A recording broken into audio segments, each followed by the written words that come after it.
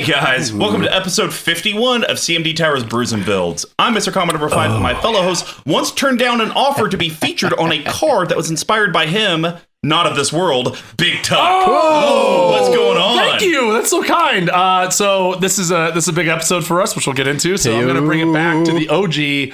Hey, cats and kittens, and also I'm coming for you, Jimmy. Oh, and needed also, that one. Suck it, Vorthos.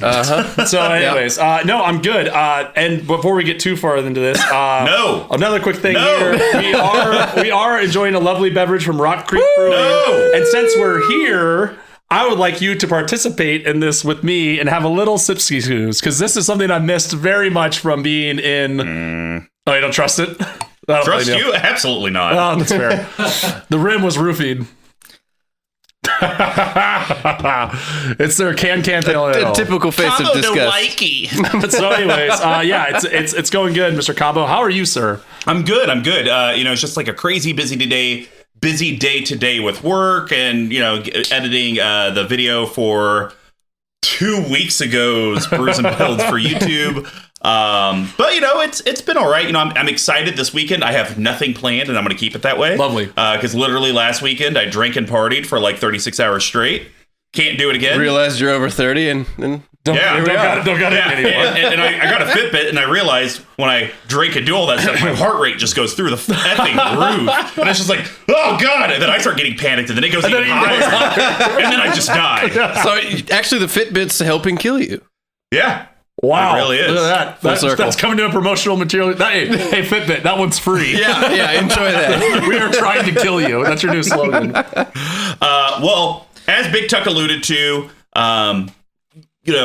we've had many different guests throughout Brews and Builds, and this is our last episode. No, I'm just kidding. We finally completed the path to 32, and we decided early on, because the deck is...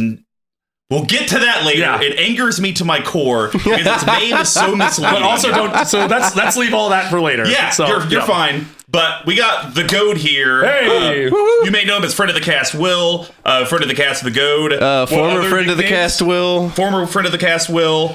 You've had many iterations throughout the Discord. Yes, I've had very many nicknames.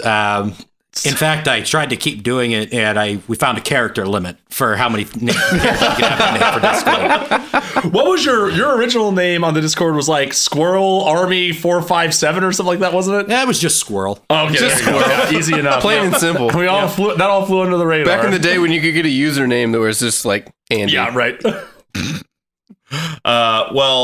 I'm excited for it. The fact that we're just getting this color out of the way. The fact that we're in person. The fact we are in person. Man, we IRL. need to do this in person. Welcome. We had some good sense before this, which was nice, delicious. I just had a premium brownie. Premium brownie. And I'm not talking about the brownies I'm going to eat on my trip here coming up soon. But wait, who is talking right now? Who is this person? Oh, I think it's that Manolith commentary Hey! from Rich Chaos Records, Sweet McGee. Know your place! I do. It's 3 colorless. It comes into play and it taps for any color of mana. Ugh. Trash. Decidedly not in this deck. So a bit of a spoiler alert there for you. So how are you? I'm all right. Dead air. GD. If you guys want to find other ways to support us and all this, what I call grade A Waigu content, you should head over and hook up our sponsor, Level 1 Game Shop. They sell all the Magic accessories you need. They also sell the CMD Tower play mats and mat sleeves. They also do have a TCG player store, so if that's kind of your jam. But basically, go hook them up because they're the ones that supply us with those monthly giveaways, which are always really sweet and appreciative. Another way to support the show is head over to our Patreon, patreon.com/CMD Tower, and we have several different pledge levels, and rewards vary from just getting access to the Discord to where you can evolve from Squirrel to Goad, or even getting the Mr. Commodore 5 reminder token, the Big Tuck Monarch token, or even the Squee McGee sit and tight coin, because everyone loves to just sit around and do nothing. Hey, I caused the trend. But Welcome. If you can't help us out financially, you could just share the content you're watching and listening to, because every little bit of interaction from the collective really does help. And of course, every episode, we want to give a big shout out to Pink Royal, the music they provide in the beginning and the end. And make sure you guys stay tuned till the end so you get details on how you can win our 1-year anniversary Gift. It's a mystery draft kit for 4, supplied by Level Wow. So Brews and Builds is our deck series. It's all about the decks that Big Tuck, our guest, and I have in our Path to 32. Each episode, we're going to talk about one of those Path to 32 decks, but in a cool manner of brewing beers. So we broke it down into 4 different categories. The first one's going to be ramp and kind of setting your board state. That's grains. Yes, and grains are the foundation of every beer. They include both base malts and specialty malts, usually in about a 60-40 ratio. This helps with the color, the taste, and most importantly, the alcohol content of a beer. Decks always need ways to grow, stabilize, and ramp into your bigger threats, and just like a grand profile, they're usually a mix of staples and specialty cards. And then the next one's going to be, how does your board hand interact with all of your opponents and kind of what their game plan is? We kind of relate that to hops. And hops give the beer its patented bitterness and herbal and floral flavors. They grow in a variety of strands, help distinguish subcategories like this single hop Canuck Pale Ale. Our hop choices help clear and interact with the board so your deck can do what it wants. The next thing is going to be what apparently the deck today we're talking about doesn't want to accomplish, because it's I'll get into it in a minute. But how does your deck actually win? We relate that to yeast. And yeast are micro. I looked at Will. I was like, okay. Or I looked at the Goad or whatever. You'll edit it out. Yeah, that's staying in. Yeast are microorganisms that eat the sugar from the grain and poop out alcohol and CO2. That's alcohol content in the carbonation. Without yeast, you'd be drinking flat sugar water. Without yeast cards, your deck wouldn't meet the goal of actually winning the game. And then lastly, in our deck building, sometimes there's these outlier cards that don't really have a home. These could be just interesting synergies, ones that loosely fit into the deck. We kind of relate that to a spice package. And not every beer has them, but spices and other additives help separate a normal stock beer from a specialty one. It could be the pepper that turns a stout into jalapeno stout, or addition of hops that turn IPA into a double IPA. Not every deck has something that makes it pop, but if it does, this is where we generally talk about it. And then to seal the deal on the episode, we have a bottle capping. These are going to be Big Tucks, the Goads, and I's cuts and recommendations to the deck that are under $5, under $50, and a personal recommendation that actually has no budget. Only restriction is no mana only lands. So without further ado, let's get brewing. So today, we're talking Emrakul, the Promised Friendship? It's not friendship! Also, we have finally done it. We are done with all the colors. So, time to freaking celebrate. Oh my god. Oh, you're going to bust that window. There it is. All right, we got some champagne here. We got some party streamers there. Oh, at least I'll make a noise. Those are so sad. Oh, that's baby. A sad one. Yeah. And then finally, for the kings of content, we have some lovely tiaras here that are glittered. So there's 4 of them. So Will, you can take this home and then just immediately throw it away. We got one here on our heads. It's gonna be tight. We got one here for the best audio engineer, the best fellow host, the best I don't even know, and also for the best Big Tuck. So here we go. We finally did it. I'm so excited. We don't ever have to worrying about freaking color combinations ever again. We got them all the way. Brea suck it. This deck suck it. Way more of the champs. So that's all I got. It's a very exciting time here at CMD Tower. Yeah. Aww. So Goad, why do you claim this is a friendship deck? Why do you blatantly lie to the American people? I want to point out that I have never once said this is a friendship deck. I have, however, said it is the friendliest deck in our playgroup. I think that's one in the same, sir. One in the same. I'm with Mr. Combo on this. It is absolutely not the friendliest deck in our playgroup. Name one more friendly. Oh, I don't know, like a gazillion of mine? Name one. I was gonna say Nekazar. Wait, hold on, I can do this. I guess my Maze's End, that has some things where people can draw.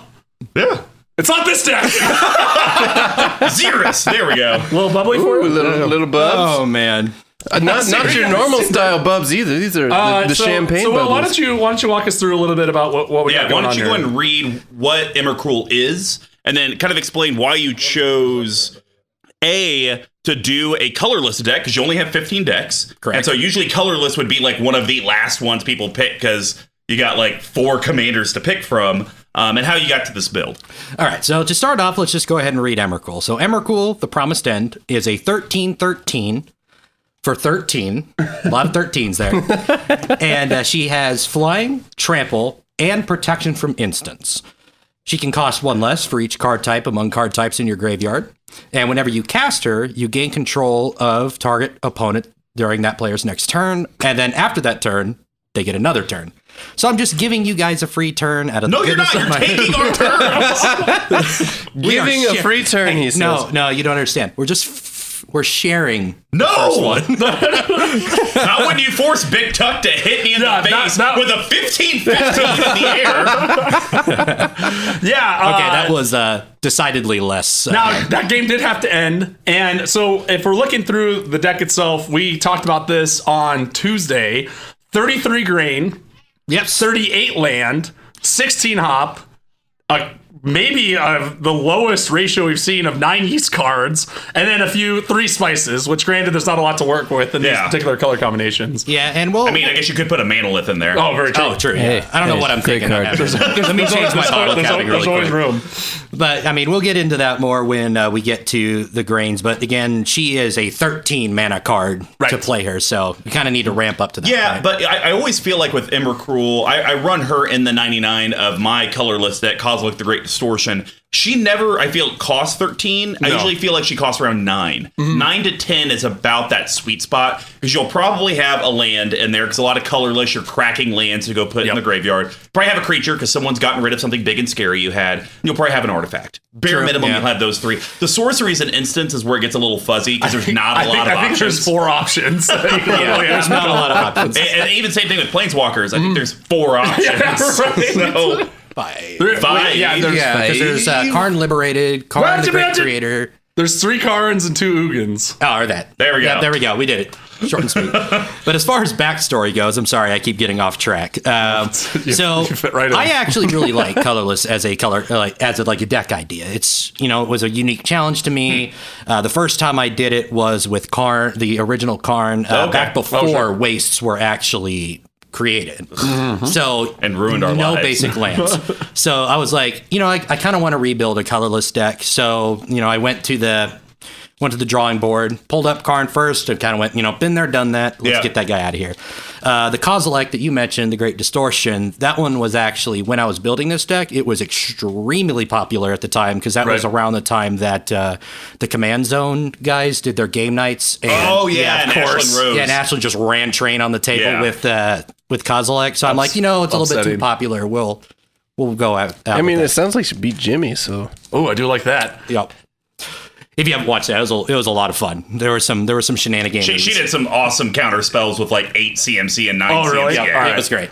So that left me with 2 options to consider. The first one was Hope of Girper, which, I mean, that's a pretty standard. Get on the hog! And, putting some swords on on a creature and bashing doesn't seem like that much fun to me. Sure. But, everybody has their... But you can get into the thing where it's like, how does a ship wear boots and 6 swords and like plate mail? So you just tape them to the side. One thing that we did glance over is you didn't talk about Kozilek Butcher of Truth, the Ulmog. So why didn't you go that direction? Well, with the Kozilek Butcher of Truth, with those 2, I really like having the opportunity to cast them and like have them reshuffle back into my deck if that becomes an issue later. Okay. So. And also, it came down to the fact that I liked Emrakul a little bit more because I felt like I can do some unique things with it.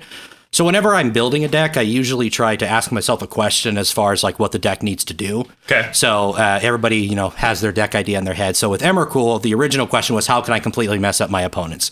But that seemed a little too narrow, some stacks.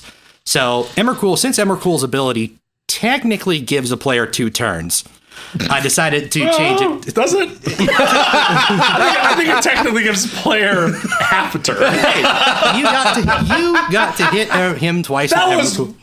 So I also have this deck, and mine's a little more Eldrazi focused, which I think is one of the reasons why this deck outperforms it every time I see it. So figure that one out. But yeah, like, how many times have you? Okay. This is a loaded question, and I think I already know the answer, but how many times have you done this where it's actually, you've taken someone's turn and it's actually helped them? I can think of a few times it's happened, but once in recent memory was it was me, Mr. Combo. I know Dan was in there. Okay. And there was, I can't even think of who the other person was, but with Mr. Combo and Dan in the game, you got to do something mean. Yep. And I just played Emrakul and said, all right, Mr. Combo, together we're going to kill Dan. Gotcha. And But that's kind of what you guys did to me the other night, but then you end up always on top. Right. I didn't end up winning that one because you did, because I get put you ahead. Sounds like the deck's working great. Yeah. So that goes into the two things I want the deck to do. It's like, how can I support my opponents and while also getting myself to the end game to try and actually win. And then the last question is, if I can't win, can I play Kingmaker? Oh, yeah. Okay. So those are the two things that I really wanted to do with the deck, and I have been actually really satisfied with how it's come together so far. Awesome. Well, that's exciting to hear. I'm never happy to see this deck. It's not because I don't like the deck. It's just saying it's the friendliest deck in our playgroup's a blatant lie. And for interpretation, like if anything, the friendliest deck in our playgroup is Vehicle Tribal, because it does nothing. I also heard Taco Bell is pure beef. What? Is that a bit? I mean, it's gotta be a bit. Okay. The deck's supposed to be friendly. Taco Bell's supposed to be pure beef. They tell you it's delicious. It's not. Okay. All right. Get your shit together, guys. Get your shit together. It has tarantula eggs in it. So, when we kind of look at the CMC, hold your butt cheeks. Whoa. The second highest, I think? Ooh, I think Joda was like 6, right? Okay. Yeah. 481. But here's the thing. Joda at least discounts spells to 5. There is no discounting in here. This is not Big Lots. This is straight like Armani. You're paying full price most of the time.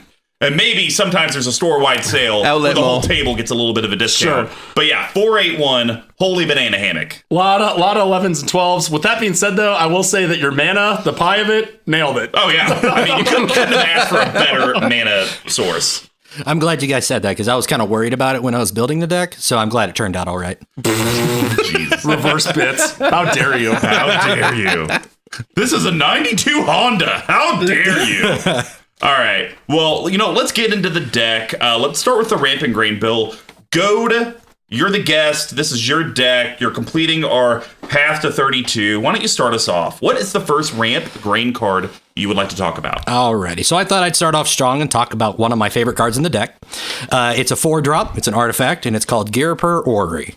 Oh, wait a minute. I got caught up here. No. Oh, man. I got excited. But Girper Orrery does two things, if I can speak. The first is each player may play an additional land on each of his or her turns. Seems pretty straightforward, helping me play my lands, helping my opponents play their lands, being an all-around friendly guy. Sure. And then the second ability is at the beginning of each player's upkeep, if that player has no cards in his or her hand, that player draws 3 cards. So that's really useful to me because I'm in colorless, so I'm usually the primary beneficiary from that type of ability. There's not a lot of card draws in there, but, it gives my opponents the ability to, play extra lands, and it seems to them like it's a conditionless advantage, but I'm also playing this stuff as well, helping myself get to those, really expensive cards that I, have a lot of. See, I just thought of the perfect analogy for this deck. This deck is like the U.S. government. There's a lot of stuff peppered in to where it's like, oh, we're helping you out. We're giving you a coronavirus, stimulus relief fund. But then what you don't realize is the other half is they're taking 40% of your paychecks, also charging you sales tax out the wazoo, and then you got to pay vehicle tax, and you got to pay homeowners insurance tax. And it's just all these taxes left and right. But hey, stimulus check. Yeah, right. We're friendly. Go buy $100 worth of cards, which is what most people I know that did it with. Yikes. So I think Girper Orrery is one of those cards where it is. There's another card that does very similar called Rites of Flourishing, which I think everyone draws a card and everyone can play a land, right? Land, yeah. So this one, there's very little card draw inherently in these colors outside of a gazillion artifacts that you run. So you, out of anyone, will likely get down to the bottom of having 0 cards faster than anyone else. So I agree with you where one part of this is going to be fairly symmetrical, but then the other part, like you said, you're really going to get the benefit out of. Yeah.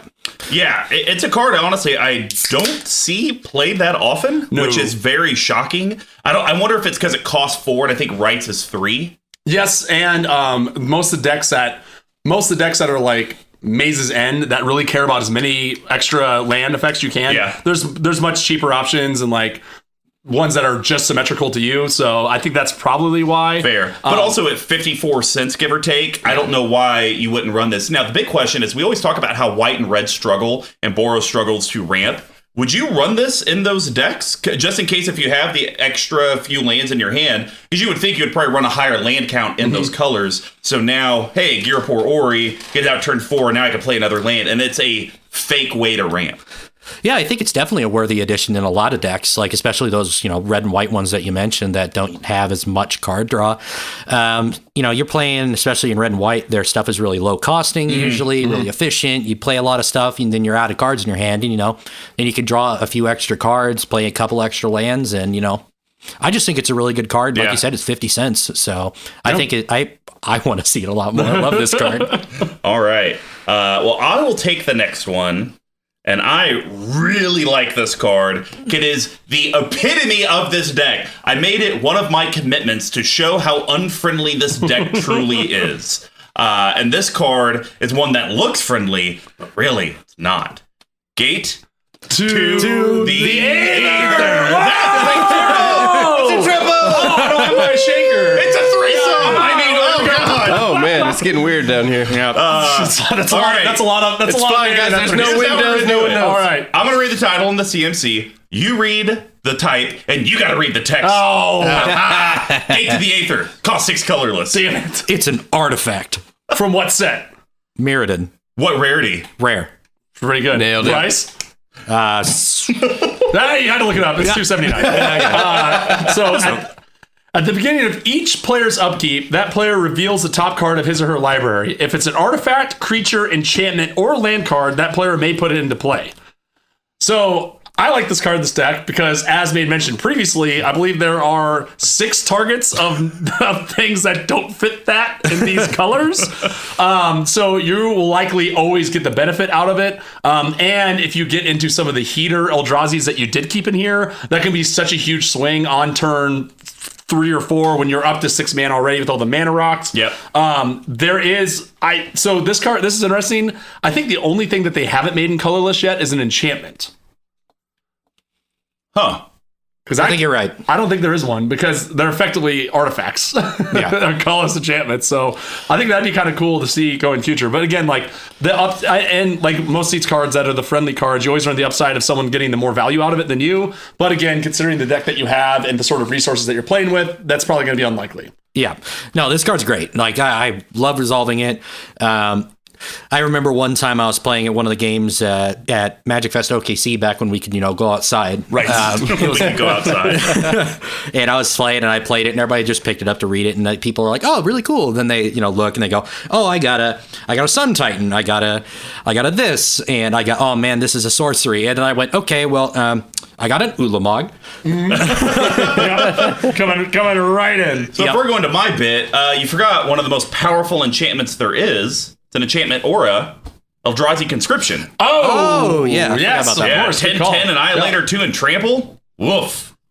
Pretty good right off the top. I really, really like this card. Like, I like it a lot. Now, the only thing I do wish you had in the deck, and I get it, it's some dollars, is I think for this card to really benefit you, because you really only have, I'm going to call it 5 like real heaters off the top that aren't just like graining and kind of helping me out a little bit. Yeah. Because I feel like with this card in this deck, you're the one that's like, I hope I flip the Kozilek or the Ulmog. You're not like, I hope I flip a Hedron Archive. Right. So I think if you had like and I don't know if this is in any of your guys' cuts, so sorry if I ruined it, but like a Sisei's Divining Top. Oh, no. So I think if you had more top deck manipulation stuff, that would even be better, because now it's like, you have it out, it comes to your upkeep, trigger, and it's like, oh, they're going to let me do this? Pay 1. You fools. Let's reorder because I know that I had this there. I think that could actually be really, really cool. Or if it does end up being something that,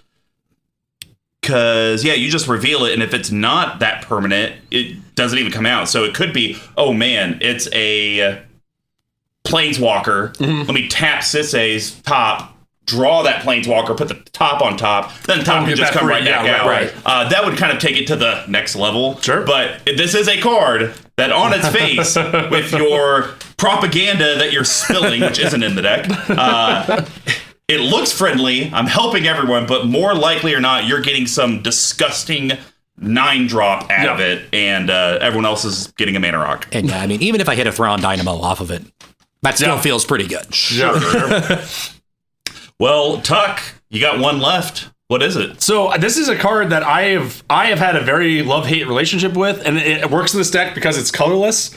But I thought we could just kind of talk about it as like a whole from a more broad idea. So I want to talk about a staff.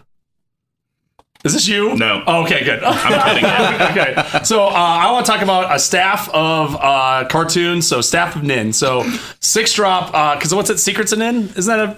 Or maybe it's them. Anyways, 6-drop. Chuck will get it. Six colorless for an artifact. It's a rare. You have the most expensive printing, which I believe is $1.79, which is a Friday Night Magic foil. So at the beginning of your upkeep, draw a card, which is good. Then you can tap it and ping a target creature or player. 6 mana to draw a card. It seems rough, right? So again, I think this works in decks where there's really no other option to draw, and in colorless, there's the argument could remain. And the 1 damage can kind of come into play if you're trying to slow in someone else down, like ping off a bird, ping off an elf, that sort of stuff. But do we all agree that by the point this comes out, unless you're like ramping like crazy or cheated into player somehow, that 1 damage is probably fairly negligible, right? I would agree with that. Do we agree with that? Yeah, unless it's been errated to any target. Because that could help planeswalkers. It should be, because it's creature or player. So I'm guessing that is any target. Okay. The only time I've seen this is in decks where it gives their artifacts like Death Touch, like Sidri, Galvanic Genius. This is pretty much like locked down the board. But I think it's still good in this deck just because there are so much limited options. It is any target now. Is it? Okay. So, but like I just didn't know as a whole, because this was a card back when I was playing more Battle Cruiser style that I was like running in like any kind of artifact deck. Yeah, way back in the day. I don't think time's been particularly great to it.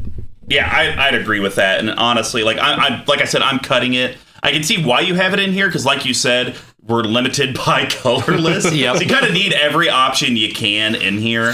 I just think like Tuck said it perfectly, the card hasn't aged well. Mm-hmm. It did not age like a fine wine. It aged like a broken down hooker. Fair enough. So I just want, like I said, it's kind of a boring card to talk about. I just want to talk about for a minute commentary. So, Mr. Combo, you got one more in you too, right? I guess I do. Yeah. Yeah. So this card, I find it very funny, and you don't have it in here, but oh no, you do. So I won't get into that. But sometimes it feels bad in colorless when you finally do get a lot of cards in hand and then you have to discard. That doesn't feel great.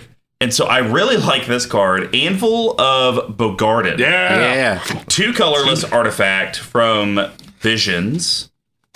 Yes. Okay. Very good. Each player skips his or her discard phase, which is great. And that's what I was kind of mentioning. Like, nothing feels worse than in colorless. Or say, even if you missed your land drop and you're like, I got like 5 mana rocks that all cost 3. Like, I could go off so hard. Right.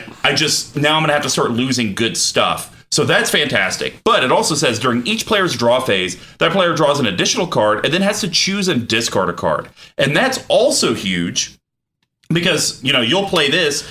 You won't have to discard, but then it immediately goes to your opponents. And yes, they get to draw 2, but now they're going to have to discard 1. And what if literally they had no cards in hand? It's like, yes, 2 cards, but it's like, I have to lose one of these now. I don't know what to do. Or they were saving a counterspell or something like that. It puts them in a very awkward spot. And this also does double duty in this deck, because now you can start filling up your graveyard for Emrakul to costs go down. Oh. Yep. There we go. I didn't even think of that. And this card's also great because it's a slice of Magic history. It's on the reserved list and coming in at a cool $26. Wow. Yeah. Good call on the Visions. It's only a V is the symbol. It's I didn't know if maybe it was like 5th edition, if they went like Roman numerals, because I know they did that for 6th edition, Yes, they did. Very good. So, yeah, no. Glad we're all in agreement, and I learned a little bit. Yeah. It's a good day. Good call. Great call. All right. Well, that's going to wrap up the Rampant Grain Bale. Now we're going to head to the board state and hot profile. Tuck, why don't you start this one? What's your first one you want to talk about? So this card is a card that I really like, but in reality, I am starting to hate it a big time. Yeah, we are. Are we the same thing? 3, 2, one. Shadow Spear! Yeah! Card's just great. Is this yours too or no? No, but I love it. I'm starting to get extraordinarily sour on this card. So I will read the outside, and Mr. Comedy can read the inside, but I will read the flavor text or attempt to. It's very hard on this tiny screen. Zoom in. Wear your glasses. Shadow Spear is a 1-drop legendary artifact equipment from Theros Beyond Death. It's currently sitting at about $8, which is starting to climb. A weapon of darkness for Warrior of Light. Ooh, that's pretty good. Yeah, so equipped creature gets +1/+1. It has trample and lifelink. Equip cost for 2, and then you can pay 1 at any time. Permanents your opponent's control lose hexproof and indestructible till end of turn. At least be thankful that they made it legendary. Yeah, you're right. Could you imagine even constructed formats if you could have 4 of these on the battlefield? Oh my god, it's or in ridiculous. Commander, where we make free copies of stuff left and right. That would be terrible. Yeah, it's horrifying. So, question for the group: this is just better than we all agree. This is better than Loxodon Warhammer, right? Yes. It has to be, right? Yeah. So I think where it's frustrating to me, or I mean, I don't have a copy yet, so I'm not there. If it was just that discount and the low cost and everything to equip, that would be fine. But then you staple on this completely unnecessary ability that can hose so many different kinds of decks. Yep. So I know, Mr. Combo, you're starting to run this more often. I mean, I have 1 copy in my Greven deck. Oh, okay. But it is something that I think when it dips below 4, which it probably will dip once it rotates out. So, I mean, it's going to be a year and a half. So it's not going to be anytime soon. But once it dips below 4, I'll probably buy 10 copies. It's so good. I mean, I consider this right there with Lightning Greaves and Swiftfoot Boots on. I should just have this in the deck no matter what. Right. Yeah. Especially if it's like we've talked about a lot, top down. Right. Yep. If you're having a commander that has something, just being able to get that incidental and be able to take stuff away from your opponents is so great. Well, in Goad, I'm curious your thoughts. Even if you don't care about the top down, just being able to activate the permanents lose indestructible and hexproof. I mean, how many people just run Rest in Peace just to have some graveyard hate? This could be your potential hexproof indestructible hate where I need to board wipe and Mr. Combo's playing his God deck. I mean, this is a good card that even if you don't put it on a creature. No, this card, sometimes I just cast it just to keep it there because there are a lot of cards, like the 2 Ulmogs come to mind immediately. It just, you can just destroy something, remove something, and it's permanents your opponent's control. Yeah. Lose that stuff. So it is an extremely... Oh man, your Absent Angel of Hope? Don't care. Let's get that out of here. So, you were like... Mr. Combo said that you could play it against my God's deck, and then I was like, oh yeah, but I guess you have to pay 5 to target all of them. No, it's 1. It's upsetting. This card is so good. It's bonkers. Every individual piece of text on this is just something that this deck really wants. Trample is really good for the Titans to bash through, get some damage in, because I mean, Kozileks, Ulmogs, they're big, but they don't have any evasion, but now they have Trample. Lifelink, as we... Yeah, you were pretty much out of that game until you gained 20, 30 or something like that. Yeah, after that, I went down to literally single digits. My heart was racing really fast, but then two attacks later, I'm back up to 30. Yeah. So that was really good. Your heart was racing really fast, then you checked your Fitbit, and then started racing even faster. Oh man, yeah, it's called those slow pips. Well, since we aligned on that, Goad, why don't you go next? What's your first top card? Okay, so this was a card I was really kind of expecting Mr. Combo to talk about, but I definitely didn't want to leave it to be unmentioned. It's a Planeswalker. It's a 6-drop. It's Ugin the Ineffable. Love the Ineffable. Yep. This card does literally everything that I want to do in this deck. Its static ability makes things cost 2 less. Yep. It's +1, makes a blocker, and draws me a card, quotey fingers. And then its -3 is a spot removal. So like I said, it just does everything you want this deck to do. And it's kind of unassuming. So it comes in, and I usually get to make 2, maybe 3 creatures. Sure. And something that you kind of alluded to earlier with the deck being really top heavy is sometimes those early turns are rough. So getting those little 2/2s out there to protect me, to just... It's just a really good card in this deck. Card's phenomenal. Yes. I have a hard time. I don't have a bunch of copies of it, which is why I don't have it in more decks. But when I'm building a deck, it's always a card that does come up, and I'm like, do I want to get a copy? Because right now they're $3, so it's not like I'm trying to buy the OG Ugin, which you have the special foil at $90. Right. We're talking $3. Right. I will say this though, when I have cast this, if people have seen it played in standard, like for example, the Duffman, they're immediately like, I cast this once, and I think I was playing my colorless deck, which just does nothing, and Duff was like, "I'm sorry, I have to kill you because I know how good that card is." And I was like, "Come on, this isn't standard." Yeah, right. All right. Well, Tuck, what is your last? What is my last one? So there's not that many of them in here, so I thought it was remiss to not talk about one of the other Eldrazi's. This is not a legendary, although with the price it should be. Oh. So this is insane. We are talking about It That Betrays. So coming in at $18, which is insane. It's an amazing card. It is an amazing card. But coming in at a cool 12 CMC, it is a 11/11 creature Eldrazi, Annihilator 2. So for those who don't know how Annihilator mechanic works, it is horrendously broken and one of the most depressing things ever in the entirety of the game. When this creature attacks, defending player sacrifices 2 permanents. Not on combat. Not anything. Just gotta bin them. And then it gets even worse. Whenever an opponent sacrifices a non-token permanent, put that card onto the battlefield under your control. Your pleas for death shall go unheard. Bleak. Yeah. This is a card that, honestly, I've considered just throwing in my Shirai deck, even though it literally doesn't fit. But if I land that, I'm going to sack everything. You're going to sack everything. I'm going to get all your stuff. If you run anything that even remotely has sack outlets, and it's going to make your opponents do sacking, like Witcher or Malakir type of effects, If That Betrays should be an auto-include. It's insane. And, like, it would be nice if they were making this card fun and fair. It would say, like, non-land or creature that sacrifices, and then you get it back. But no, it's literally any permanent. So you're going to get at least 2. And if you stack this up with the other Annihilators, which, guess what? On a bunch of Eldrazi, it really becomes backbreaking. So again, the 12 mana drop makes this kind of hard to get to, but again, you run the mana reducers and all that jazz in here as well. I did have a game that I played, again, one of the Magic Fests. I had Gate to the Ether out against a Corvold player, and I hit the Betrays, and he's like, well, I guess that's it. I'm like, well, that's just free real estate. And an interesting rule piece, if you sack your commander, the If That Betray player gets your commander. Oh, right now? No, period. It has always been that way because it's on the sack ability. It never even goes to the graveyard or has a chance to. As soon as the sack, boom, If That Betrays triggers on the stack and it takes it. Wow. Tech. Yeah. Because that had happened to me when... that happened? Yeah. Old friend of the cast, Raphael, he had an If That Betrays in his green Omnath deck. Oh, right. And we got all confused about it because we were all like, no, I can put it to the command zone. And he's like, no, I get your commander. And it's like, well, you don't know rules very well, so let's look it up. And I was like, oh, no, he's right. It was also an It That Betrayed real cards? I mean, at the time, it might not have been it might have been like a $5 card. Yeah. It's only recently been expensive. Right.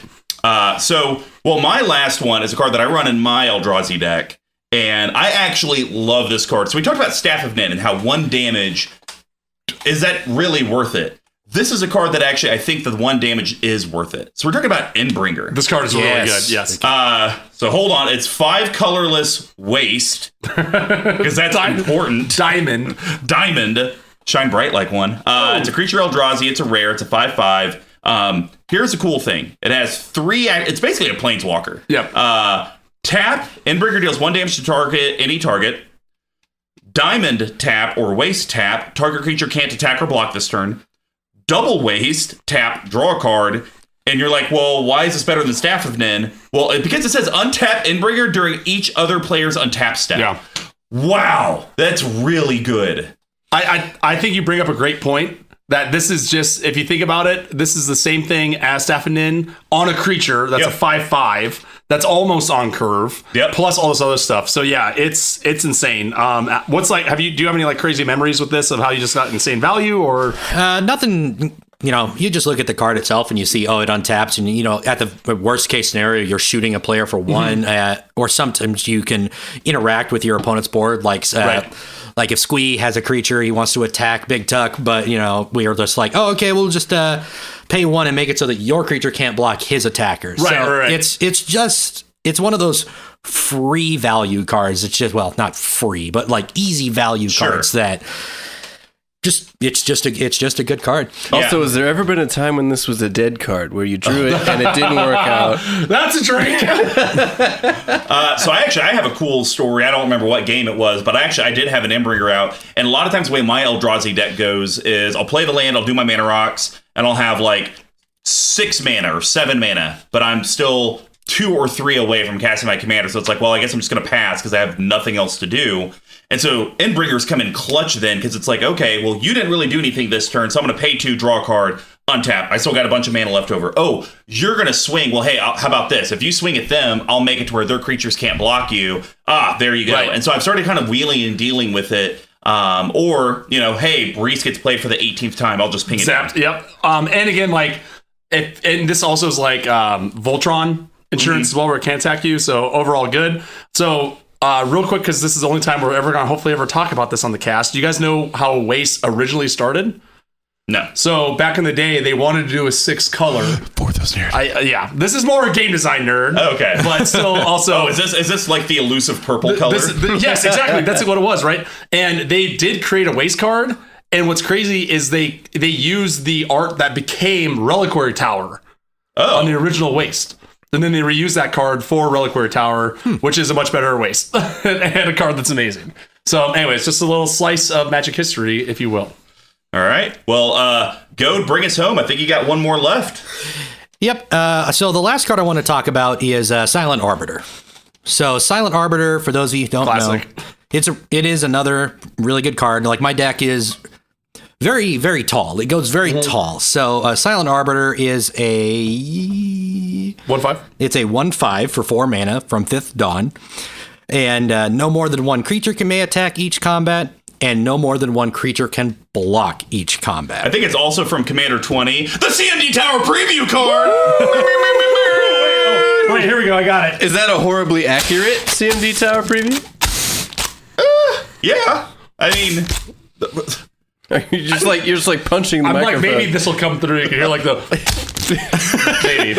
Well, don't try and break it. I need this. And it's interesting enough. Second week in a row we've talked about this card, but I think that shows how universal it really can be when it comes to decks that aren't trying to like go wide. It's like Nekuzar is nothing like this deck, but Silent Arbiter are key pieces in each one. Yeah, and that's one of the big weaknesses of my deck. It's super vulnerable to when people just go real wide early. Yeah. Maybe if their name's Duff and they've got a ton of goblins, or if they're Squee and they got a ton of elves, or your name is Duff and you have a ton of dragons. Or your name is Duff and you got all... Yeah, your name is Duff and I'm going to kill you in your sleep. My only real complaint about Silent Arbiter is that it always hits everybody, period. I kind of wish it was only one creature can attack you each combat. Gotcha. But kind of like how Miri Weatherlight Duelist does. So it's a little bit less like clear on the board, or less assuming, but it does do a really good job of protecting me. Only getting bashed by one creature is a lot better than getting bashed by 30 usually.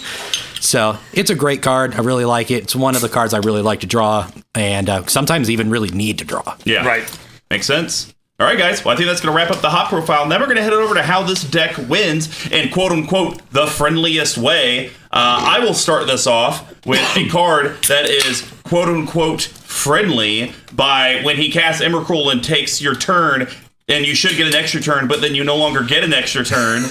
Let's go on the trace. Uno, dos, trace. Uggin's Nexus! I want to point out that last week when me and you were kind of briefly talking about the cast, and I said there's one card you're definitely going to pick, and there's no way you're not going to pick it, it was Uggin's Nexus. No, F this card. F it hard. I believe you're in his head. F. It's 5 colorless, legendary artifact, mythic.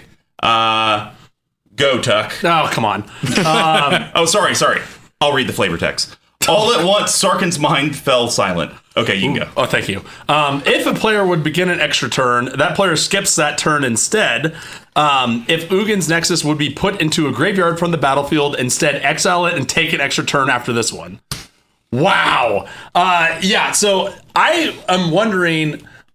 So you guys know this better than I do, right? But like, is this a potential? And this, I think I already know the answer, but it's stupid. But if you're trying to make like a goofy C80H deck, could this potentially have a potential home in it because there is so many extra turn stuff, or is that just me losing my mind? Yeah. Let's go with that one. A, it costs too much for what it does. Yep. B, it's an artifact, so it's easily removable. C, it does nothing.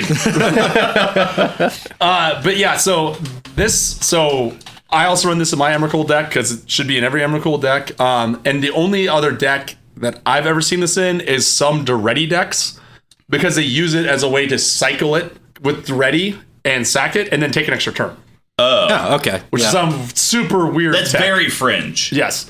So have you actually been able to get this to work with your commander? Yes. All I the was time. there. Oh, really? Yeah. It happened to me. Yeah, I've gotten to use it with the commander. I've gotten to sacrifice it, exile it, take an extra turn, and kill somebody with Emrakul damage. When you look at EDH Rec online, it's like the number one card in every deck, and it's there for a reason. Right. It's just the card like skipping Mindslaver a person's turn. It's not exactly the friendliest. I'm going to go ahead and put that disclaimer on there, but That's the first time I've ever heard that. From him? From you about this deck. It's not exactly the friendliest. And I will say that this one specific card. Let's not blow things out of proportion.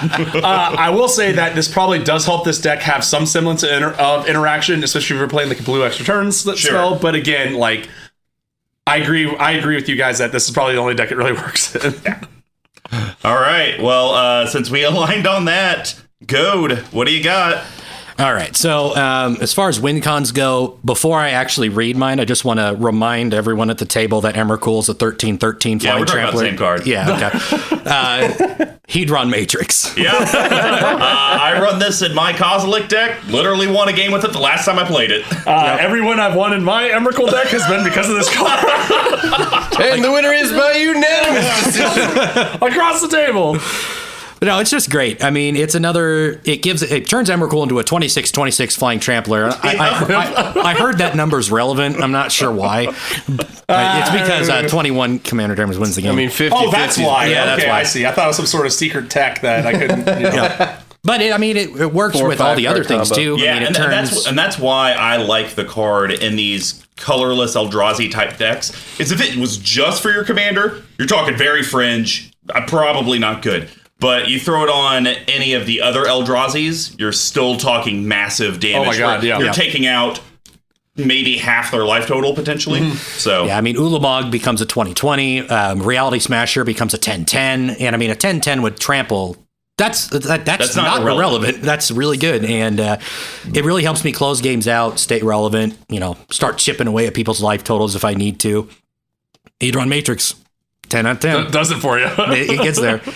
Also, special note to Fire Shrieker, which just gives the creature double strike. Yeah, which is also just as... Are you done? Was Hedron Matrix yours also? No, I got one more. Oh, okay. Well, yeah, go ahead, man. Bring us home. So this is a card that I recently found out about, and it's because it's semi-recently printed. Just real quick, shout out to Manifold Key. Yep. Card's really good. There was a card called Voltaic Key, and then they're like, okay, Voltaic Key, you suck. We're just going to make something that's immediately better. So Manifold Key is 50 cents. It's an artifact from M20. It's an uncommon. It's a 1-drop. Locks want to be opened, and Trezor wants to be free by Night. I don't even know. So again, does not have his Slipfinger Master Thief. Slipfinger. That needs to be a card. Yes. Are we going back to like not gonna wear my glasses? Yeah, it looks like it. So it's got 2 abilities. One is good in this deck, and it does have some value. So colorless tap, untap another target artifact rather. So you do run your Hedron Archives and Thrain Dynamos of the world, so that gets you there. But more importantly, it's got 3 colorless tap. Target creature can't be blocked this turn. Better Rogue's Passage? Yeah, I agree. And I think that we have talked about how the Eldrazi, while very good, even with Annihilator, just they can be chumped by a zombie. Yeah. Right? So being able to dictate that, even if you aren't getting in for commander damage, but you are getting in for 10 or 12 or 9 or whatever it might be, will just kind of help get that damage through while you can do your other friendly interactions. Right. I mean, one thing to know. Those were finger quotes around that for those who are only listening to Combo's over that. here shaking his head. So upset. Well, but I mean, like you said just there, I mean, it also untaps like a Temple Bell or an Otherworldly Atlas, or like these other cards that will I'll be like, no, it's fine. I'll let us draw an extra card. It's fine. We're good. We're friends. But it's a really good card, and I mean, at only uncommon, that's a steal for 20 cents or whatever. Yeah, it's really good. All right, Goad, you got one more. I do, and I was on the fence to mention any of these guys since they seem like really obvious selections to be put into the yeast category. But I wanted to talk about Ulmog, the Ceaseless Hunger. Arguably the best one. Arguably, I actually would say he might be. I would actually say he is the best one. Because that's a hot topic. Yeah. I'm for MTG Action 4 News coming to you. I'll go ahead and read Ulmog, the Ceaseless Hunger, and then we could debate that there. But he is a 10/10 for 10. Emrakul likes her 13s. Ulmog likes his 10s. Mm-hmm. Whenever you cast Ulmog, you exile 2 permanents. Yeah. He's indestructible. And whenever he attacks, defending player exiles the top 20 cards of his or her library. What does that even mean? Just 20% of your deck. Gone. Well, most likely by that point, it's closer to like 30 or 40%. It's a lot more. Yeah. A force as voracious as time itself. Oof. Yeah, it's insane. Also, you have the foil version, which is costing $90 right now, which is upsetting. Yeah, I think what puts it over the top. Mr. Combo. Well, let's give initial thoughts just on the Ceaseless Hunger, and then we'll read off Infinite Yire and just have a quick 1-minute banter on it. Okay. So Ceaseless Hunger, it's an auto-include in every Eldrazi deck. It's just you have to have it. And honestly, it's an auto-include in every big mana creature type decks. Yep. Gotta have it. And you could arguably say it's an auto-include in just I can produce a lot of mana and I need some way to end the game. Very similar to how when I did my Lavinia deck, I talked about adding in Emrakul, the Promise End. Right. Just because, it's kind of a lockdown because I take the person's turn and I can mess them up. But then sometimes you just need a 13-13 beater. Sometimes you just need a 10-10 that's going to exile out someone's library, and he's indestructible, or it, because I don't think they have gender. Well, I guess they do because Emrakul's a she. Yeah. Yep. I think it's a she because you can see it on Shrine of the Forsaken Gods. Yep. Emrakul's a she. Ulmog and Kozilek are he's. Oh, okay. Yeah. So I think the thing that's great about Ulmog Ceaseless Hunger with the Exile 20 is sometimes you're going into someone that has a Glacial Chasm. Yeah. Nothing you can do about that. Well, 5 attacks or 4 attacks and they're dead. So, and even to that point, even on cast, you just get rid of the Glacial Chasm and don't have to worry about like Ghost Quarter and that sort of stuff too, which I agree with, right? And I think and the more we're talking about, the more I agree with you guys. I think this is the best because I run this in like my mono green big mana Selvala deck because it's like the best spot removal that you can get in those colors, right? And the other one is kind of on board with that, but I agree with you guys. I think this one probably is the best of the Titans. Yeah, and so the other one for just the quick debate, Ulmog Infinite Yire costs 11 and it's a 10/10. It doesn't just like 10s. He has other preferences. My shame is immeasurable. When you cast Ulmog, destroy target permanent instead of exile. So that's big. Annihilator 4, which I think is huge. Mm-hmm. That's gross. It's also indestructible. And then here's the difference, though. This Ulmog, if it goes to the graveyard, it gets shuffled back in. So I think that's where you can make the argument of, I'm going to make a sack 4 permanent. I get to destroy something. I'm still indestructible and still a 10/10. But then if you do somehow give it, Black Sun Zenith or Toxic Deluge, or even just put creature in graveyard, I'm just going to get it back. Right. So, but I just think 1 mana less, you're basically on, at that point, a 4-turn clock before that player loses. Yep. I agree with that. And I know there's times where we have talked about like running a Kozilek or a Ulmog Infinite Gyre in like any deck just because of what is referred to from Optiver, the Monster Mash. But even with that, I don't know. I still think it goes to Ceaseless Hunger, right? I think so. Yeah. You think so? My vote's for Ceaseless Hunger. I mean, the only way I think you go Infinite Yire is if, once again, going back to Cat Popcast, MTG Action 4 News, like now, probably a month ago, if your meta runs a lot of -1 counters, then you probably do want to go Infinite Yire because Ceaseless Hunger is just the perfect target for that. Yep. Versus Infinite Yire, it's like, yeah, you can get rid of it. I'll just shuffle back in and we'll get to it eventually. So. Totally agree. Yep. All right. Well, I think that's going to wrap up the East package. Now we're going to head over to the Spicy Meat to Ball. Goad, you got 3 choices. Okay, I was gonna say, can we just do all of them, or do we have to do this normal? No, we're doing it normal. Well, one of them honestly probably isn't a spice, but I think it's a neat card, so I just put it in that category. But excellent. The card I wanted to talk about first is I have to ask you guys a question. Have you ever put an assault suit on an Eldrazi? Oh, it's so fun. Oh, it gives me life. No, it's not. I died to this. Oh, it's so great. So I'll go ahead and read Assault Suit really quick. It is a 4-drop, equips for 3. Equipped creature gets +2/+2, has haste, can attack you or a planeswalker, can't attack you or a planeswalker you control, and can't be sacrificed. And at the beginning of each opponent's upkeep, you may have that player gain control of the equipped creature until the end of the turn. Oof. If you do, untap it. Yep. So I've used this. This is one of my favorite cards in Magic because I've used it in so many different things. Like most notably and recently, I put an assault suit on an Emrakul. And suddenly I can give it to somebody and we can kill somebody because that's 30 commander damage. It's a really good. And also I remember one game, and I don't know if you remember this, but I ended up putting Assault Suit on Kozilek's Channeler, the one that taps for 2 mana. Oh, yeah. And I'm like, okay, so here you go. Here's an Kozilek's Channeler. You can either get 2 free mana or you can bash someone for 6. Here's another Soul Ring for you that just happens to get in the red zone.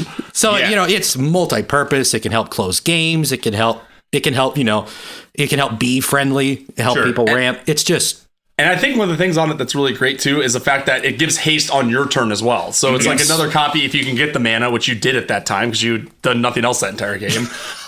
You were able to, we actually got 3 swings of Ulmog in really a turn and a half. Yeah, I actually am starting to, because I've never owned a copy of it, finally put it in my Kyrnos and Tiro deck, which we talked about on the MTG Action 4 News this week. Honestly, I think I want to get one and throw it in Ruach Thar. Yeah, sure. I would. Vigilance and Reach, and you have to attack. Like, okay, that's nothing to sneeze at. Greven? Why not? Oh, yeah, because it can't attack you. Yeah, that's pretty good. Like, the whole you can't attack you thing, any of, like, my big, just fatties, I'm kind of just like, I should just have one in there. Birds of Prey is probably not a bad option, right? Oh, that would be hilarious. Oh, God, that'd be nasty. I would love that. The example of this deck is friend of the show, Scooty Shuffle's Zergo deck. I'm going to have to buy a bunch. If he lands this and equips it to Zergo, you're, like, in trouble because Zergo's indestructible nonstop. And like, the one thing of this card where it kind of gets thrown off, where I've got thrown off before, is it doesn't have to attack. Yes. So, but like Zergo, you have to attack with it. Ruach Thar also you have to attack. Do you not? Yep, there it is. So, and I think the thing that makes this card the most important, actually even over the can't attack you or Planeswalker, is the fact that you can't sacrifice it. Mm-hmm. That is humongous. The fact that they had the foresight to throw that on there. And granted, it is 7 total mana to do the whole rigmarole, but yeah, it's a great card. Well, Tuck, I feel like we're talking about the same one. 3, 2, 1.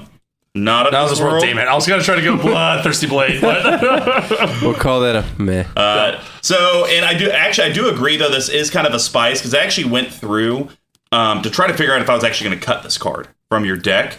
And out of your 21 creatures, you have like 11 or 12 that would maybe get you the free spell. Right. So it is still very fringe. It's kind of like the running Force of Will in a 5-color deck. Like, are you going to have the 2 blue things to exile? So, not of this world, 7 colorless. It's a tribal instant Eldrazi. Matters. Tribal matters. Love it. It's also one of the 6 instants and sorceries I think you can get in the deck. So. And it says counter target spell or ability that targets a permanent you control. And Big Tuck, how can they do that also? Not of this world costs 7 less to cast if it targets a spell or ability that targets a creature you control with power 7 or greater. Yep. So it's like built-in Titan protection, built-in Commander protection.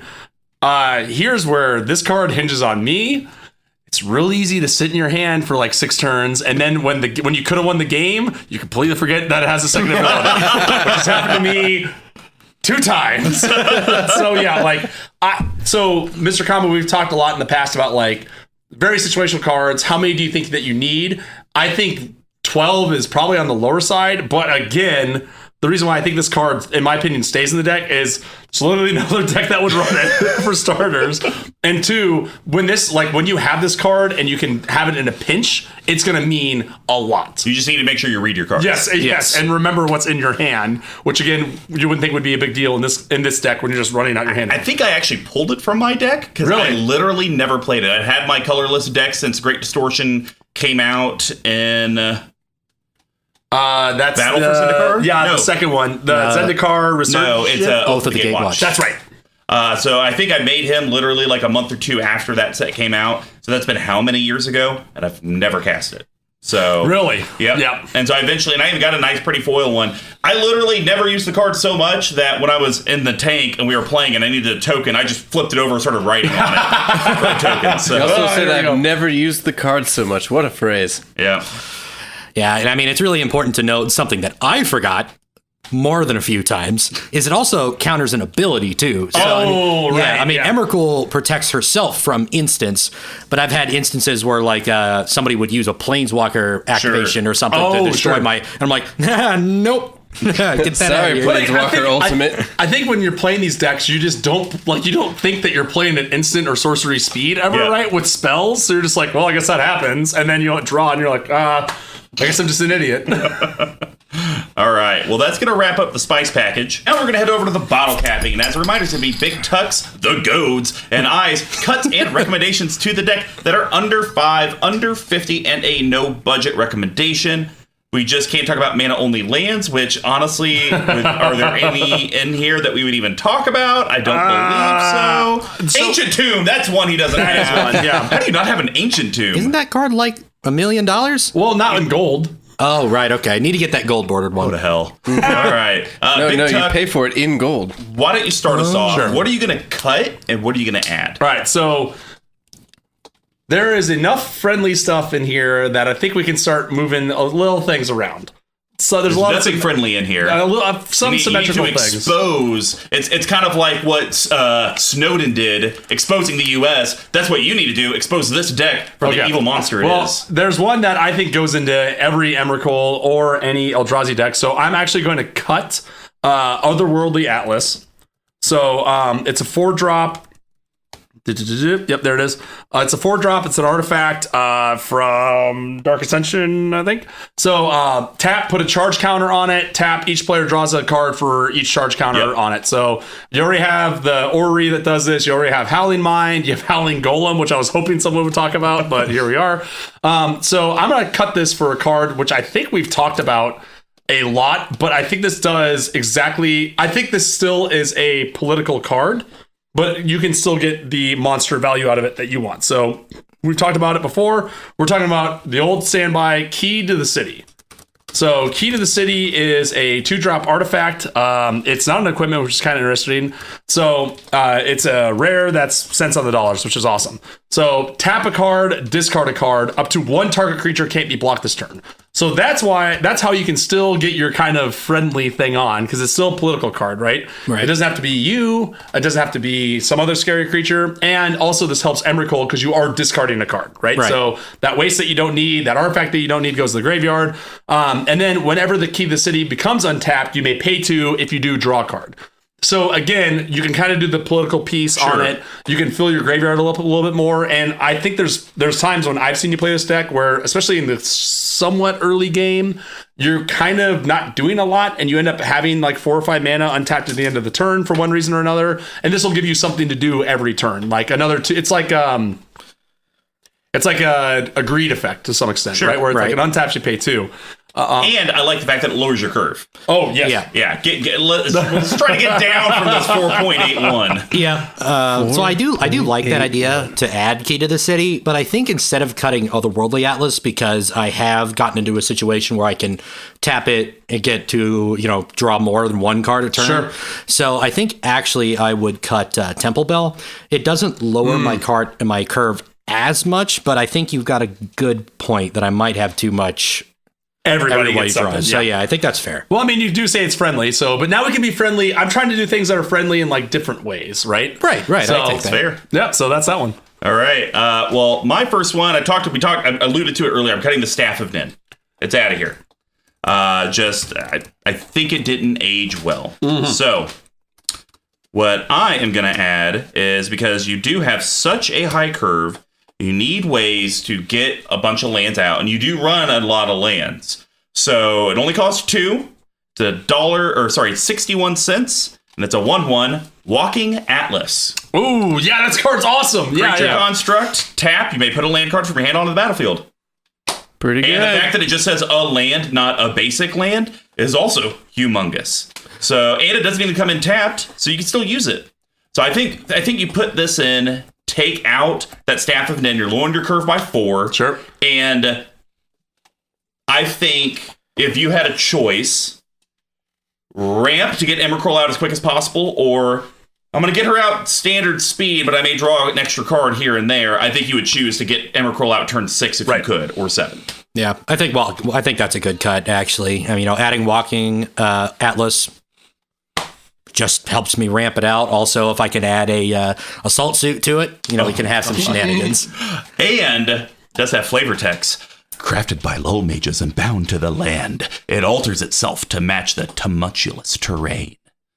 That was a really good read. I think that's a really good read. But little do you know, sucker, waste aren't a color. It's not a land. It's nothing. All right, Goad. What are you going to cut, Dad? All right, so I'm glad we're going with this theme of cutting stuff to bring down the CMC, because that's kind of where I went with it, I thought he was going to say, I'm about to increase the CMC. Yeah. This is not near high enough. We need to go over 5 or this deck is a failure. No, but I decided to actually cut Void Winnower. What? Yep. Blasphemy. That is blasphemy. Gasp. Yep. That's like the best colorless card in the deck. That's like your one interaction you have. It stops murder. Well, I mean, the thing is like Void Winnower, just like making it so that my opponents can't cast spells and can't do things. That's not really what it's a great card, don't get me wrong, but it's not really in the spirit of what I wanted the deck to do. I could see Mr. Cobb I can just hear Sheldon talking right now. Check your Fitbit right now. Hold on. 250. What's the rate? What's the rate? 79. Oh, that's good. Okay, that's not bad. You're healthy. But I am going to add in a 110. I am going to add in a card, Warping Whale. And it kind of very good. Yeah, it kind of stunned me when Big Tuck brought it up when we were hanging out IRL for the first time in a long time last time, and that I'm just not running that. And I was also on the fence about putting this in, but I was like, I'm trying to. Mr. Combo grilled me good on our Facebook chat, and I'm trying to do things that are more to the theme of the deck as opposed to just like things that I wanted. Yeah. So it'll give me the modality. I mean, we could still remove a Blood Artist, we can counter a board wipe. I can throw down a blocker if it comes, or even just one-time ramp me. Like, it's just got so much that it can do. Lowers my curve by a casual 7. And I just think that the modality is, because I'm never like, yay, Void Winnower when I draw it, because I always hate casting. It's always a feel. Oh, really? You should feel the same way with Assault Suit. Or how about casting your commander at all? Assault Suit is awesome. How dare you? Here's the thing. Warping Whale, great for standard, sucks for EDH. I agree with you. I think it's just too narrow. But here's the issue. This is the only, there's 2 instances that you can run in colorless. This and Not of This World. And I think actually there's a couple more, but this is like the premier one where you can actually counter something and actually interact with the board.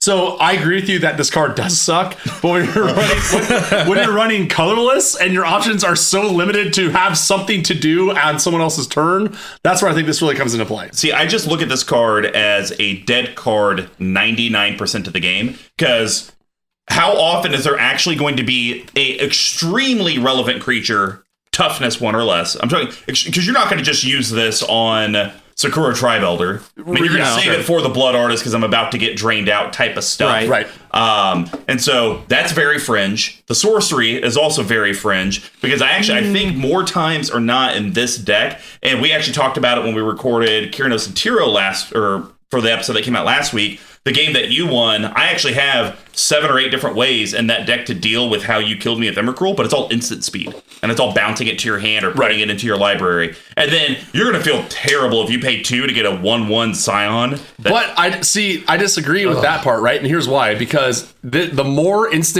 card types you can get in your graveyard, so this is going to add you another card type to make Emrakul go down. Sure. So effectively, this is like the rampant growth of colorless, because it adds 1, and then it adds another one for Emrakul as well. But we've also talked about how decks you shouldn't have a card in the deck for this one specific fringe thing. Agreed. I agree. It's like having one counter spell period in the deck.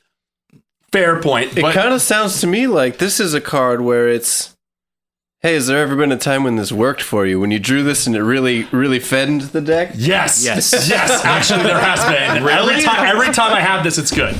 Every single time I have this and I've drawn this, it does something. Like, I can just think back to some of the games that I played with it. Like, I've had Emrakul get, it's like, you're right, she protects herself from instants. She doesn't protect herself from sorceries. So I've had somebody cast an overloaded Winds of Abandon. I've been on the receiving end of a Vandal Blast. I've seen Dreadbore. What's that? But see, all these are even CMC spells you're talking about, and Void Winnower just stops them from even doing it. So, okay, minus the Void Winnower, whenever I've played it, has just shut down my opponents. Agreed. But maybe not cut that, but do you still agree that Warping Whale has a home in this deck somewhere? Maybe. I mean, I think I've only seen you play the deck 4 times, 5 times maybe. So I don't know if I have a good assessment of... Fair enough. Do we need to get rid of card draw? Do we need to get rid of rant? Well, what are we going to get rid of in place of this? Look, if you were going to say I'm going to get rid of Not of This World and put in Warping Whale, I could get a little bit more on board with that, because you're once again lowering your curve. Right. You'll actually remember that this costs 2 mana, opposed to the other one that should be free, but you always think it costs 7. Yep.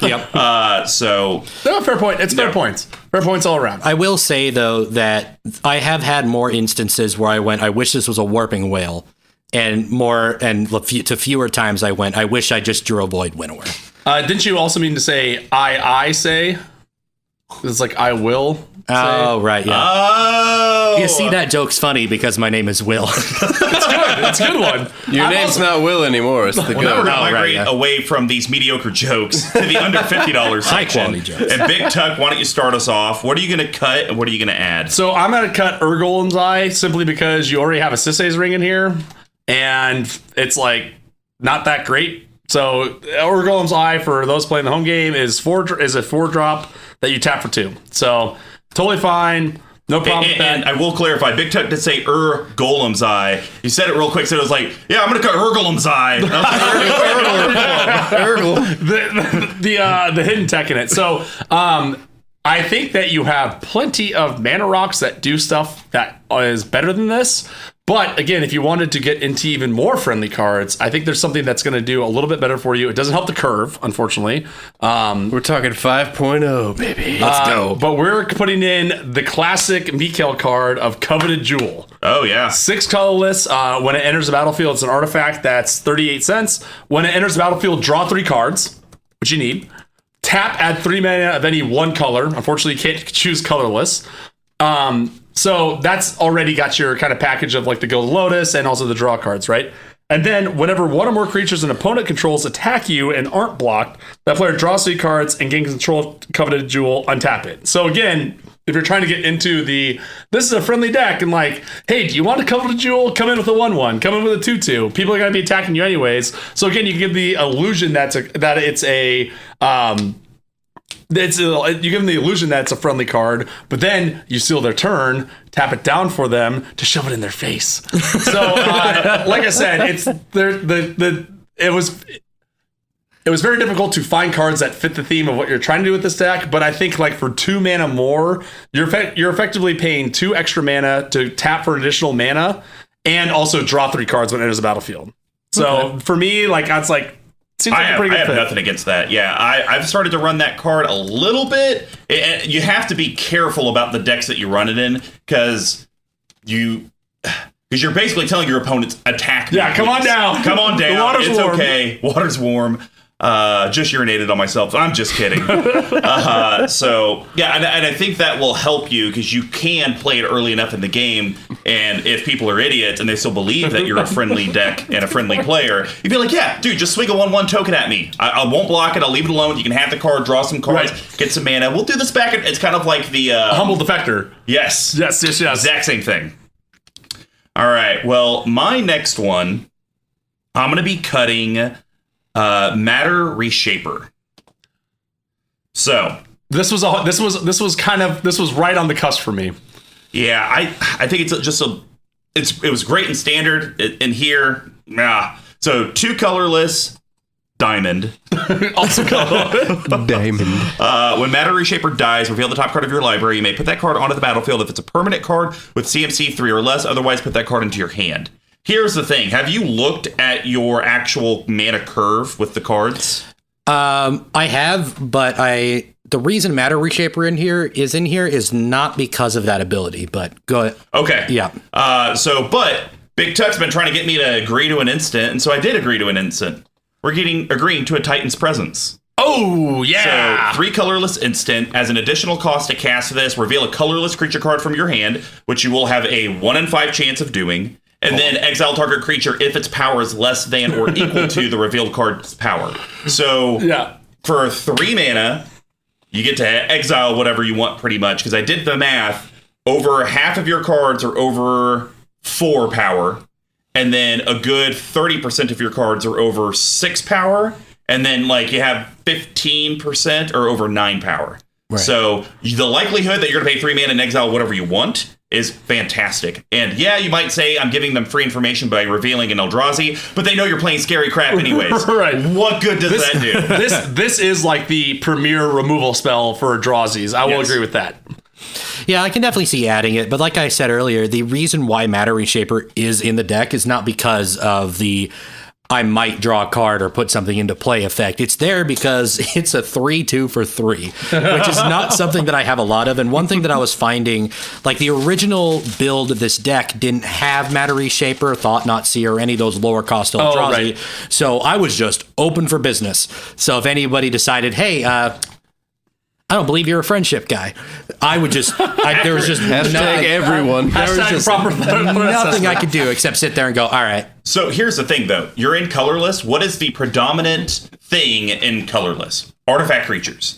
If you wanted to, there are plenty of 3 CMC artifact creatures that are probably 3/3s or 3/2s or 2/3s with a relevant ability. So if that's purely what it is, there are other options in there. But I think if we leave your cost the same, and like you said, people are like, well, I don't believe you. I'm just going to come in and bash you with my Zurgo Helm Smasher. And it's like, well, now instead of a Matter Reshaper that you would have had as a chump blocker, now it's, exile.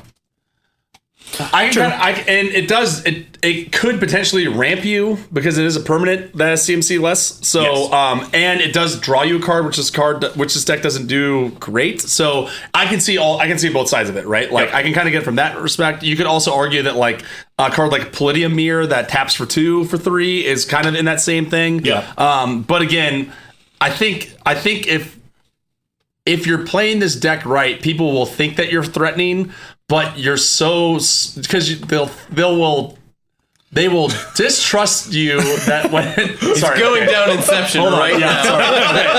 I have the line here. Okay, here we go. You will tell them that's a friendly deck. They will distrust you, but they'll realize in the first 3 to 6 turns when you're playing this, you're doing nothing, and other people are doing things.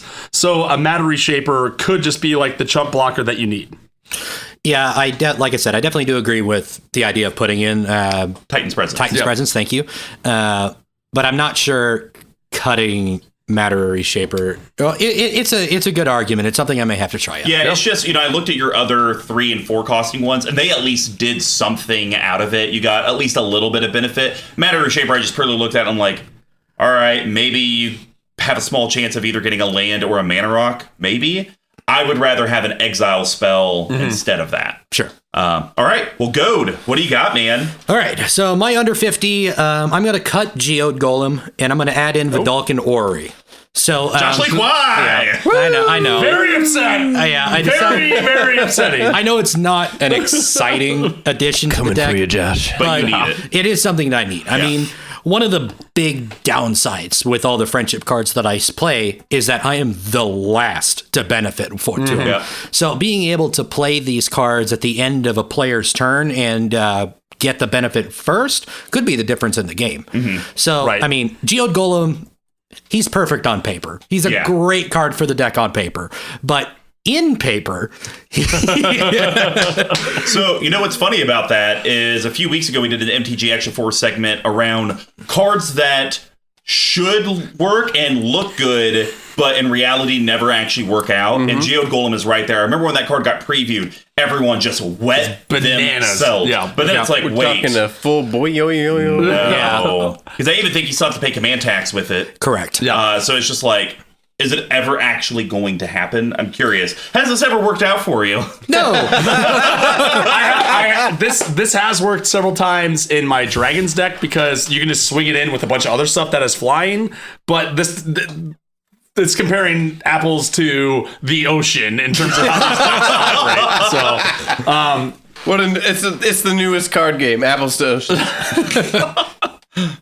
I hate Vulcan Orrery, so I am not a fan of this cut. I'm fine with it. I like Vulcan Orrery in decks that, like, honestly, I should probably have it in my Brutaclad deck because I play at sorcery speed. Or you could have Leyline of Anticipation, which is it's already in there. Oh, okay, very good. So I think any deck that is, I do what I can and I pass the turn and hope to Christ I live till the next day. They need a Vulcan Orrery, and the fact that it's colorless, it can go in any deck. I do get it, but I hate to say it because I do like the command zone. I'm not so anti like Tuck is. It does not belong in every deck. It's not an auto include. It's not something that every single thing needs. I'm sorry. Right. The reason it's $30 or $35 is just outrageous. Should not be that expensive. Alter the Brood should be. And Manolith, sir. Thank you. I'd be okay with Alter the Brood jumping because your boy has invested in stocks of that card. All right. Well, we're going to hit the bank. We're going to explode with some wallets. We're at the personal recommendations. Tuck, are you going to make the Goad pick up a night job?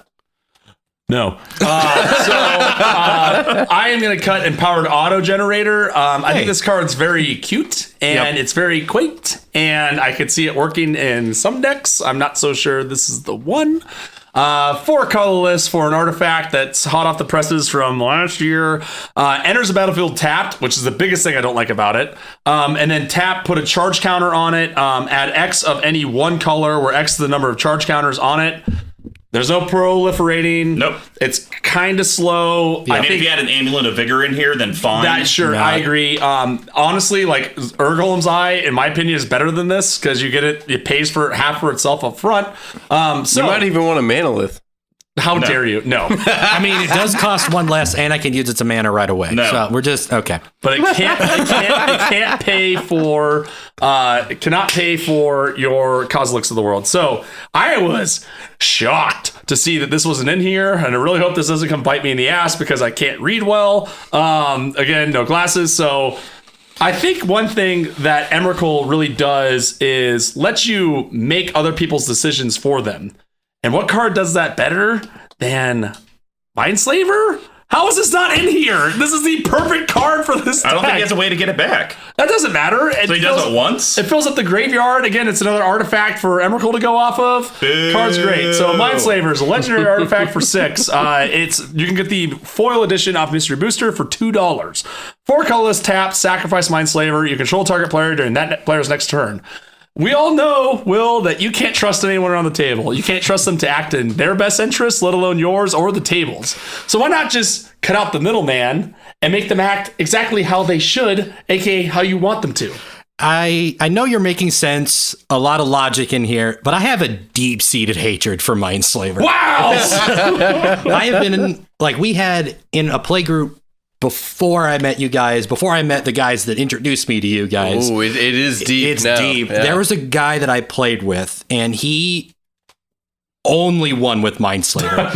And he would use it with all of the cards that brought it back, and that was it. And he Mindslaver locked you very early, very often.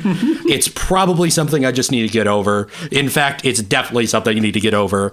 Especially if a foil is only $2, like you from the mystery. Let's call this cast rehab. You're getting over it right now. Yeah, getting it out there. I hate this card. I hated this card. We may see it, but Well, once again, you can only use it once. You literally have no way of getting it back outside of if it goes to the graveyard and then you put an Ulmog or a Kozilek and it gets shuffled. Fringe case. But we do talk about how Assault Suit is also kind of fringe case to an extent with the command damage. It would be funny if you had Mindslaver just sitting out there, you get your Emrakul with the Assault Suit, you take over Tuck's turn, and then you're like, you're going to do this for me, right? And he's like, F you, no, I'm going to try to kill you. And it's like, oh, well, I'll activate Mindslaver and then take your next turn. Yes. So that's funny, but that is fringe funny. I don't know if it's worth a slot in the 99. It is worth note that my non-basic land game, I do have to apologize to Chuck the Slice because my non-basic land game in this deck is pretty weak. So I am planning on making some adjustments, and one of them is lands. Buried Ruin, Tron lands, and some other things to bring stuff back. I have 2 of them just sitting at home. I play Tron and Modern, so I have several. And they are black bordered antiquities. They are beautiful. Oh my gosh. Big rollers. So anyways, the slaves got to come in. All right. Well, so mine, it's not going to break the budget, but I'm bringing back an oldie from the CMD Tower database because I think it's funny. But we're going to cut a card that we talked about that I mentioned on the MTG Action 4 a while ago because it just does not work. It's too slow. We're going to cut Tamiyo's Journal. Mm-hmm. So 5 colorless legendary artifact. At the beginning of your upkeep, investigate. So you get a colorless clue that you can pay 2, sack it to draw a card. And then you can tap Tamiyo's Journal to sack 3 clues, search your library for a card, and put that card into your hand. Shuffle your library. It's the only tutor really you have in the deck. I get it. I even think I run it in mine. But when we did our Action 4 segment, the fact that it's going to take 3 rotations, too long. So, yeah, I think that's really all I got to say about that. Okay. But I'm going to cut it for a card. It's kind of like Assault Suit. You put it on your commander, you kind of win the game to an extent. Interesting. Hot soup. God. No, but you know what your deck could use? Some Infect. How about a grafted exoskeleton? 4 colorless artifact equipment sitting at a cool $3. You would. You would. Equipped creature gets +2/+2 and has Infect. Whenever grafted exoskeleton becomes unattached from a permanent, sacrifice that permanent. You can equip for 2.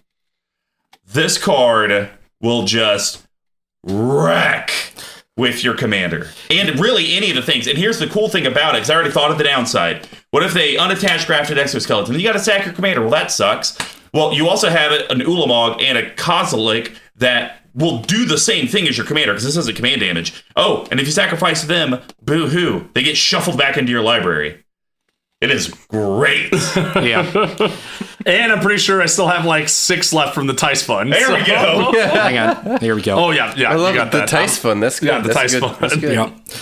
Yeah, I can see that. Adding another way to win is never a bad thing. And especially since you have so many big dudes. Like, I mean, even if I wanted to put it on Inbringer, that's, tap deal 1 damage to every target. Ooh. Yeah. Oh, that's filthy. That's bad. Yeah. That's real bad. That's 4 Infect on rotation. Oh my God. Yeah. I can see it. And, like you said, Tamiyo's, that was one that I was thinking about putting into the bottle capping because, like you said, it's a beautiful card on paper. Yeah. And I think the one thing with Tamiyo's Journal is, again, because I bought 10 of them or whatever, it's like this is like the one deck where it's actually has a function because it can draw you a card kind of. Yeah. So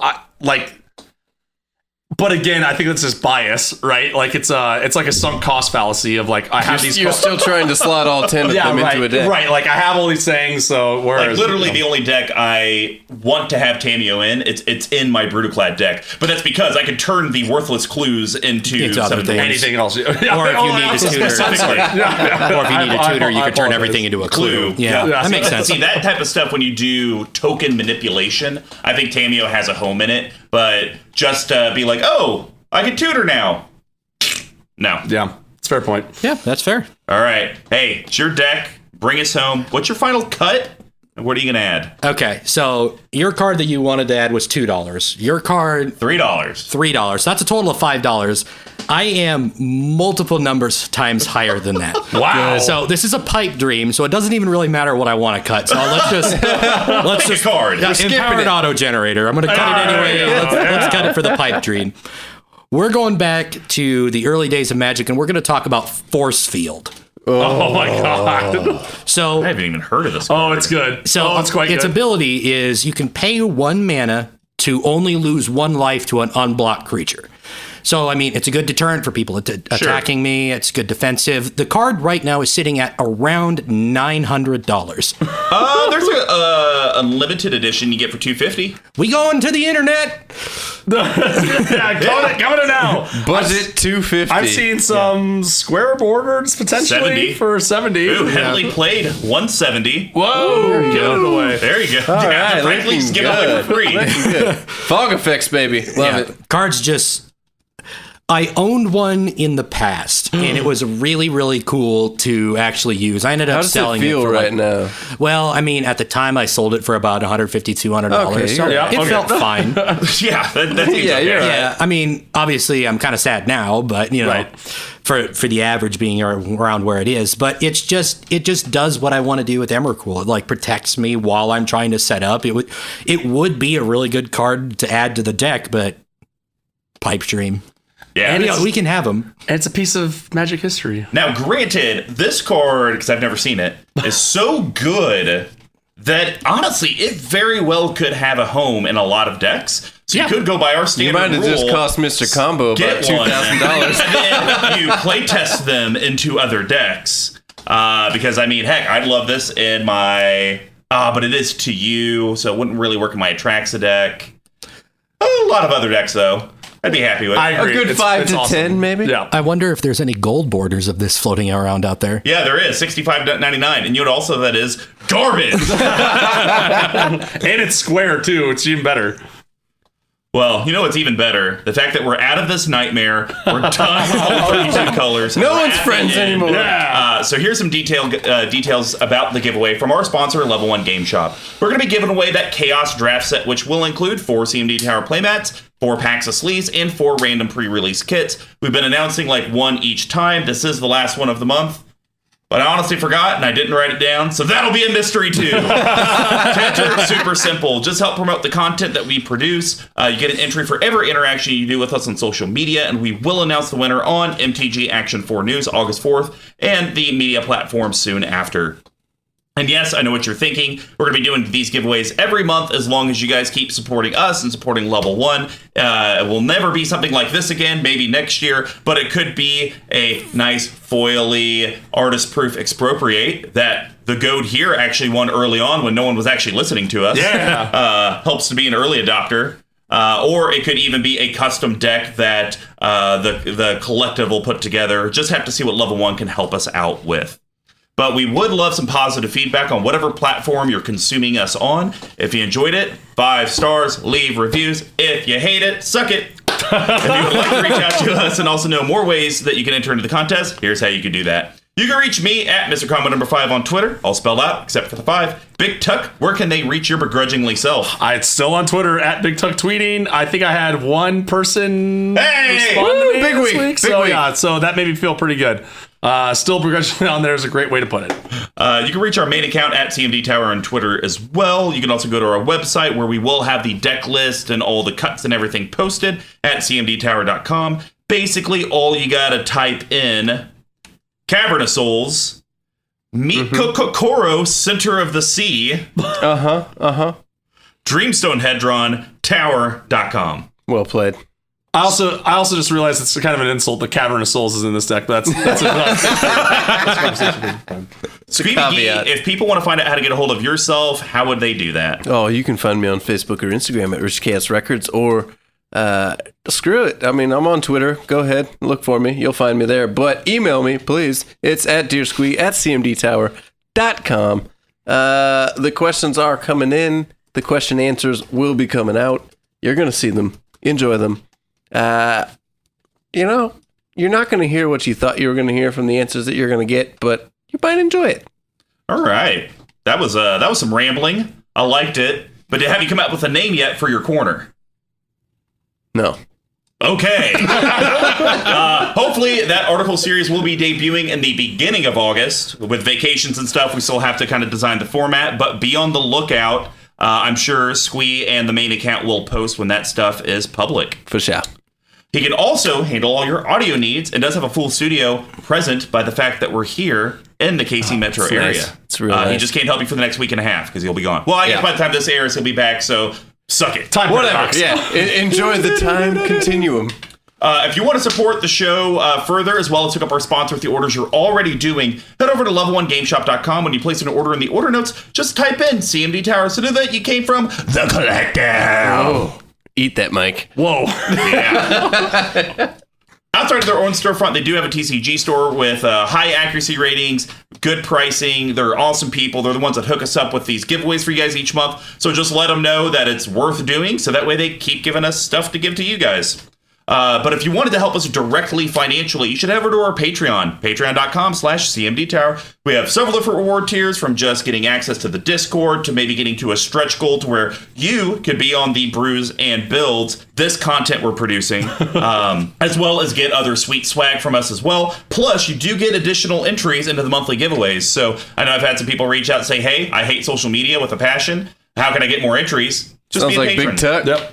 Yeah. And of course, thank you again to Pink Royal for the music you guys always provide. One day you may be replaced, but that day is not today. So, Goad, you did it. You finally made us whole, even though our friendship is ruined. Because we had to talk about Emrakul, the promised ... friendship? It's not friendship, Goad! How do you feel? You know, it was a lot of fun. It was a real honor to be a part of the Path to 32. Really enjoyed being on the podcast, talking with this deck with you guys. So again, I mean, thanks for having me. It was a lot of fun. For sure. And I hope the viewers out there enjoyed hearing about the friendliest deck in our playgroup. Don't listen to him. He's lying to you. He's lying right through the microphone. I will agree with that. It is a lie. Well, Tuck, how do you feel? No, it's fun. So I think this is the deck that I've seen that's colorless, that's not artifact themed, that actually wins the most. Fair. So it's fun. It was fun to kind of look through. I've actually never picked it up and looked through. So I think there's some really interesting stuff in here. I think this is probably on the fringe of how interesting a colorless Eldrazi deck can get. So probably. I mean, I'm very glad that we don't have to talk about either of ours. Yeah, but you know what? We say that, and then we end up talking about, you said we were never to talk about episode 136. Yeah, fair point. We'll just have to wait until after Zendikar Rising comes out, and maybe there'll be some new stuff in there. Without further ado, guys, we've brought it to a closure. Good night.